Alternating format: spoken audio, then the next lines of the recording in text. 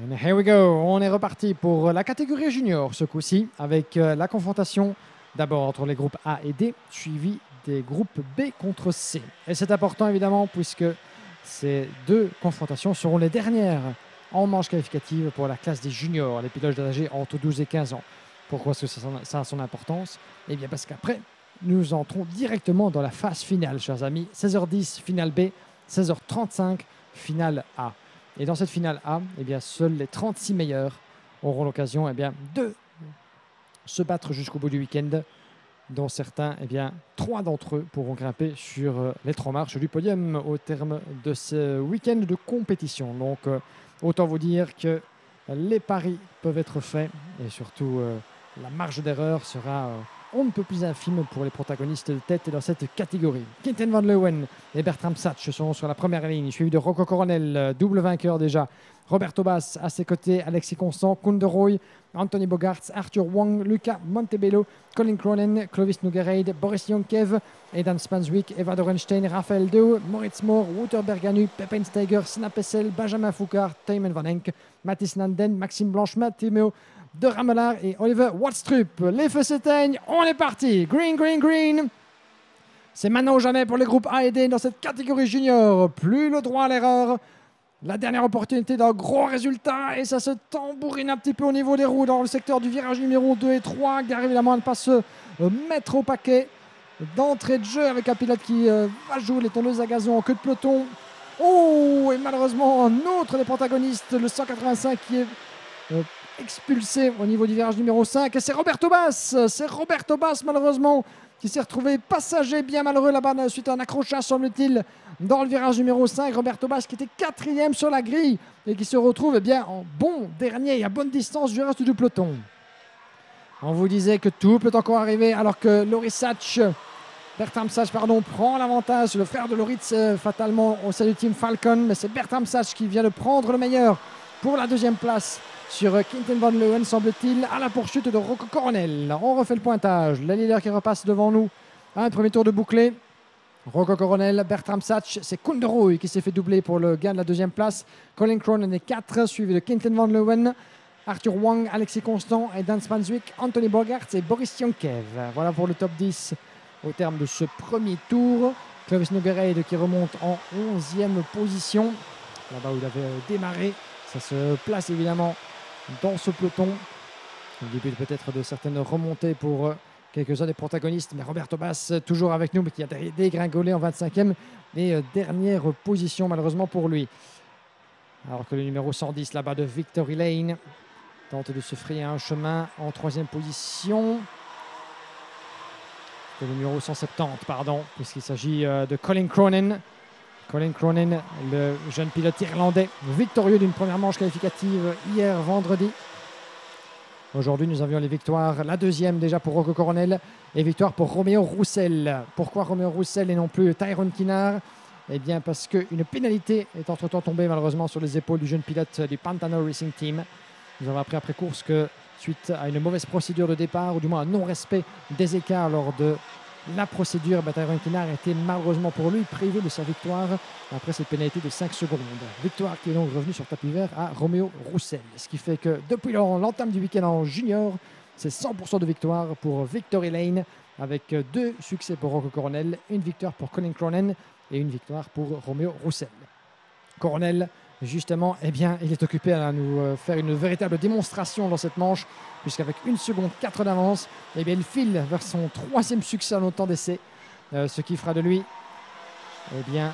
l'incontesté poleman en vue de la finale junior. C'est derrière, donc ça va être intéressant, puisque Bertram Satch est en pleine explication là-bas avec Colin Cronin. Colin Cronin qui est passé 2, et c'est évidemment qu'il doit sécuriser ce résultat après une course précédente un peu plus difficile. S'il veut s'assurer de s'élancer, pourquoi pas, en tête aux côtés de Rocco Coronel sur la première ligne. On n'en est pas encore là. Des petits calculs, ce sera pour la conclusion de ces manches, une fois les différents contrôles techniques effectués, les éventuelles pénalités distribuées et les points également adjoints aux différents pilotes. Puisque je rappelle qu'au terme des manches, il y a des points à la clé dans l'optique du championnat. On est avec le numéro 139 ici, c'est Aidan Spanswick qui avait perdu gros après une très belle bagarre lors de l'une de ses manches précédentes. En pleine explication avec le 181. Kunderoy, 6e. Poursuivi comme son ombre par le 151. Clovis Nougareid. Nougareid qui n'est pas encore parvenu à se frayer un chemin. Deux pilotes Victor Elaine en tête. Rocco Coronel, Colin Cronin, poursuivi toujours par Bertram Satch, séparé par à peine 2 dixièmes. La bagarre pour la deuxième place fait rage. Gardez un œil sur les pilotes en deuxième et troisième position. Nous avons le 139 à votre écran, Edan Spanswick, Quinten Van Leeuwen, Kunderoy, Clovis Nougareid, Arthur Wang. Puis nous avons, belle manœuvre là-bas du 151. Et ça passe pour Clovis Nougareid sur Kunderoy. Bien joué de la part du pilote français sur son adversaire néerlandais. Avec Alexis Constant qui ferme le top 10 juste derrière Anthony Bogaerts. Raphaël Deo qui remonte courageusement en 11e position. Juste devant Boris Jonkev et Van Ronstein. Les autres protagonistes qui tentent de se placer. Roberto Bass qui a courageusement grappillé une position en queue de classement pour son incident du premier tour. 5 minutes des poussières, plus un tour encore avant le drapeau à damier. Et la bagarre pour la victoire qui est loin d'être ancrée, la bagarre même pour la deuxième place. On en oublierait presque que Rocco Coronel est en fait dans cette course avec 2 secondes 8 d'avance sur Colin Cronin. Impressionnante démonstration de la part du jeune pilote néerlandais, l'une des révélations à n'en pas douter de cette saison en catégorie junior. Rocco Coronel qui brille aussi à l'international évidemment. Il fut l'un des protagonistes sur la deuxième marche du podium de la Yamaha Euro Series récemment à Franciacorta. On retrouvera encore 2 fois à Genk durant le mois d'août pour la 4e manche de la Yamaha Series Benelux, mais aussi pour la finale de la Yamaha Euro.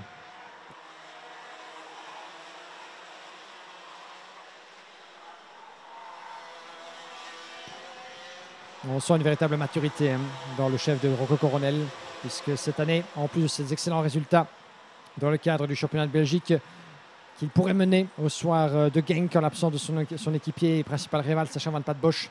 En plus de ses bons résultats ici en Yamaha Euro, il figure également dans les rangs du Trophée Académie de la CIK en défendant les couleurs des Pays-Bas.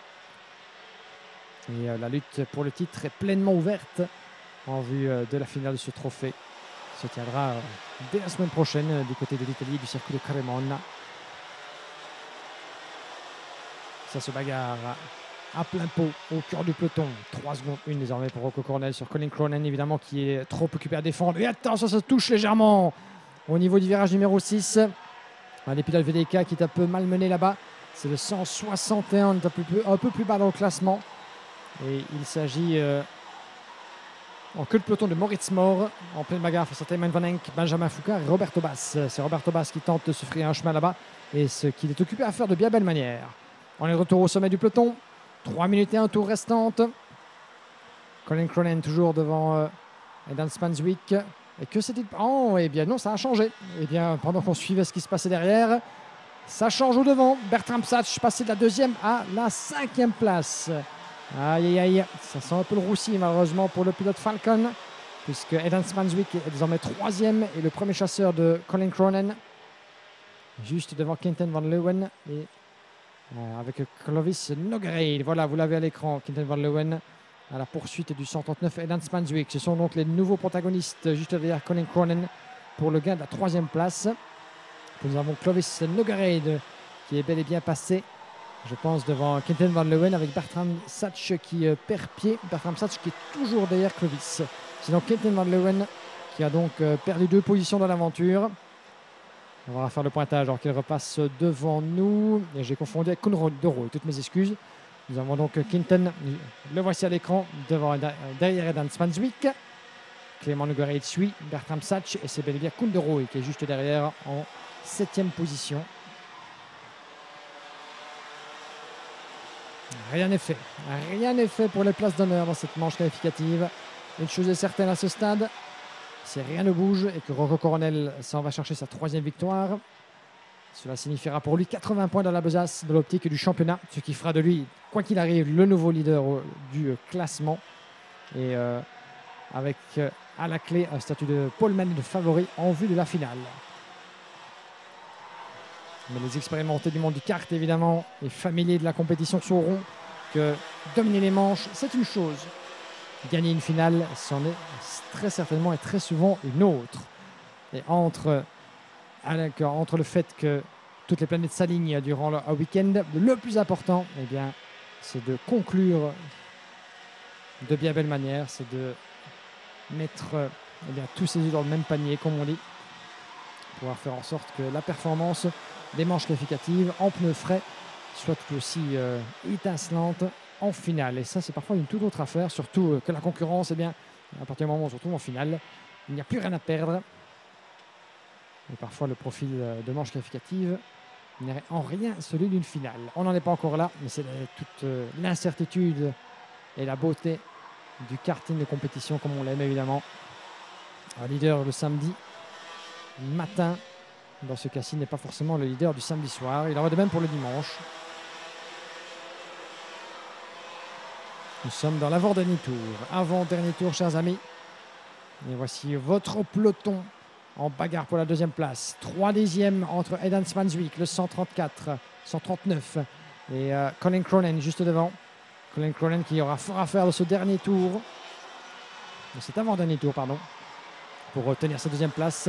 Puisque Spanswick est très très proche. Gare à la charge du pilote britannique. Il faut rester dessus. Il faut rester sur eux. Les voilà là, dans l'enchaînement du virage numéro 6. Colin Cronin qui tient le bon bout. Spanswick évidemment qui doit compter avec la pression de Quinten Van Leeuwen et Clovis Noguereid. Noguereid qui tente évidemment de recoller autant que possible. Elle est portée main forte à son équipier de Victory Lane.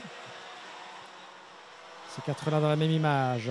Rocco Coronel que vous avez vu passer dans le dernier virage et qui entame sa dernière boucle en route vers la victoire. Puis voilà notre protagoniste pour la deuxième place. Dernier tour, top. Et attention, Spanswick qui pour aider le premier virage tenté et passé. Superbe manœuvre. Et ça a réussi sur toute la ligne pour Aidan Spanswick. Mais Colin Cronin a été prompt à fermer la porte évidemment, puisque Quinten Van Leeuwen était prêt à faire de même. Et il lui aura suffi de 2 virages en plus. Et c'est passé pour Quinten Van Leeuwen. Le voilà désormais en 3e position. Et gare à la bagarre entre les équipiers là-bas, puisque je pense qu'effectivement, entre-temps, Clovis Noguereid, j'allais dire, est passé, mais ça s'est joué à rien. Il est toujours derrière Colin Cronin, avec le retour de Bertram Satch juste derrière lui. Ça va être très serré pour le pilote Victory Lane. Et malheureusement pour Colin Cronin, il va devoir se contenter de sa position d'arrivée, la 4e. Il aurait espéré davantage certainement, mais c'était sans compter sur le retour de Spanswick. Victoire en tête de Rocco Coronel, 3 sur 3. Reçu 5 sur 5 pour le pilote néerlandais qui s'élancera donc en pole position en vue de la finale de la catégorie junior, puisque personne n'a fait aussi bien que Rocco Coronel depuis l'entame du week-end. Il restera donc encore une manche après celle-ci dans la catégorie junior, mais avec un score de 100% de réussite, eh bien, ce jeune homme au casque oragne sera plus que jamais l'adversaire numéro 1, l'homme à battre dans le peloton de la catégorie junior. Deuxième position pour Aidan Spanswick. Excellent retour en forme donc du pilote britannique dans les derniers instants, là où ça compte. C'est pas laissé déstabiliser par la pression de Van Leeuwen et Clovis Noguereid juste derrière lui. Et il a porté les stockades au bon moment pour venir à bout de Colin Cronin. Voici votre classement définitif, ou du moins, devrais-je dire, en piste, puisqu'il n'est encore que provisoire avant les contrôles techniques comme de coutume. Rocco Coronel victorieux donc devant Aidan Spanswick, Quinten Van Leeuwen, Colin Cronin, Clovis Noguereid, Bertram Satch, Koen de Rooij, Alexis Constant, Anthony Bogart et Arthur Wang qui signe là, je pense, son meilleur résultat du week-end pour VDK Racing. Maxime Blanchemin 11, devant Boris Yankev, Raphaël Deo, Wouter Berganu, Eva Dorenstein, Peppensteiger, Luca Montebello. Et juste derrière, nous avons Senna Pessel, 19e place pour Roberto Bas qui aura sauvé ce qui pouvait être sauvé après son incident du premier tour. Théo de Ramela ferme le top 20, suivi de Oliver Watstrup, Benjamin Foucard, Moritz Moore, Thymen Van Eyck et Mathis Landen.